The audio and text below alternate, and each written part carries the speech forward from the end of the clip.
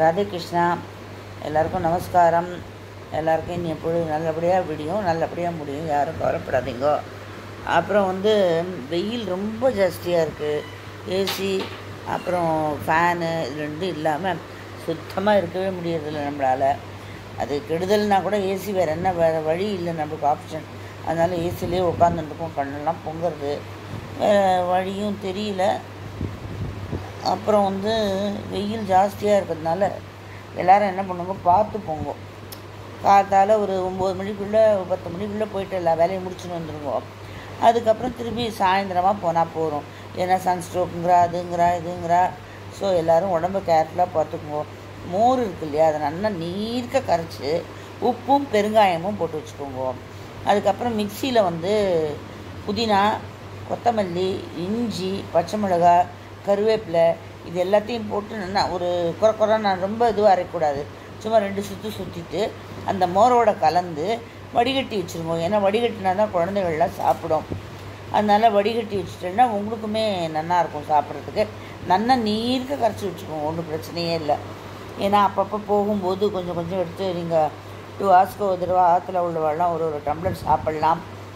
அதுக்கப்புறம் நல்லா தண்ணி குடிங்கோ.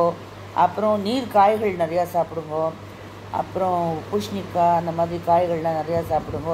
ஜூஸ், உங்களுக்கு சுகர் இல்லை அப்படின்னா நிறையாவே ஜூஸ் குடிக்கலாம். இன்கேஸ் சுகர் இருந்ததுன்னா கொஞ்சமாக ஜூஸ் ஒரு நாளைக்கு 1 டைம் சாப்பிடுங்க, பரவாயில்ல, அது ஒன்றும் பண்ணாது பெருசாக. ஸோ அந்த மாதிரி பண்ணுங்க. ஃப்ரூட்ஸ்லாம் நிறையா சாப்பிடுங்க. வெஜிடபிள்ஸ் தண்ணி காய்கள் நிறையா சாப்பிடுங்க. அப்போ தான் உங்களுக்கு இந்த எனர்ஜிலாம் போகாமல் நம்ம ட்ரெயின் ஆகாமல் நல்லா இருக்கும். ஏன்னா இந்த வெயிலில் ஒரு மாதிரி மனுஷால் அசத்திடும். அது நம்ம எதுவும் பண்ணலாம், ஆற்றுக்குள்ளே இருந்தால் கூட அது ஒரு மாதிரி அசத்திடும். இன்னும் அக்னி நட்சத்திரம் வேறு ஆரம்பிக்கல, அது வேறு ஆரம்பிக்க போகிறது. அதெல்லாம் நம்ம தள்ளணும். கோடை மழை வந்தால் சில சமயம் வந்தால் கொஞ்சம் நல்லாயிருக்கும். பார்க்கலாம் என்னன்னு. சரி, தேங்க்ஸ் ஃபார் வாட்சிங் my channel. Subscribe me please. அப்புறம் 2-3 டிப்ஸ் எல்லாம் சொல்லியிருக்கேன், அதெல்லாம் கொஞ்சம் பாருங்கோ. அதாவது காலில் ஆணி இருக்கிறவா என்ன பண்ணுங்க, கீழா நெல்லி இருக்கு இல்லையா, அந்த கீழா நெல்லியை நல்லா அரைச்சிட்டு காலில் வச்சு கட்டினா அது கொஞ்சம் இதமாக இருக்கும் அப்படிங்கிற. அப்புறம் கொஞ்சம் நாளில் விழுந்துடும் போல் இருக்குது சொல்லியிருக்கா, நான் படிச்சிருக்கேன். ஸோ நீங்கள் ட்ரை பண்ணி பார்த்துட்டு யாராவது இருக்கிறவா சொன்னால் தான் அது கரெக்டாக மற்ற வாழ்க்கை நம்ம சொல்ல முடியும். அதே மாதிரி மணத்தக்காளி கீரை வாய்ப்புண்ணுக்கு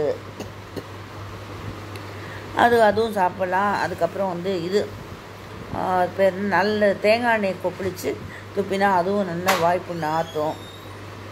அப்புறம் இது பேன் தொல்லை இருந்ததுன்னா 1/2 மணி நேரம் இந்த வெந்தயத்தை நல்லா ஊற வச்சு அரைச்சிட்டு தலையில் தடவி, அது ஷாம்பு மாதிரி தான் இருக்கும், அது ஊறின பிறகு நீங்கள் தலையை அலசினீங்கன்னா பேன் தொல்லை போகும். வேறு நிறைய டிப்ஸு சொல்லியிருக்கேன், பாருங்கள். தேங்க்ஸ் ஃபார் வாட்சிங் மை சேனல். ராதே கிருஷ்ணா. நமஸ்காரம்.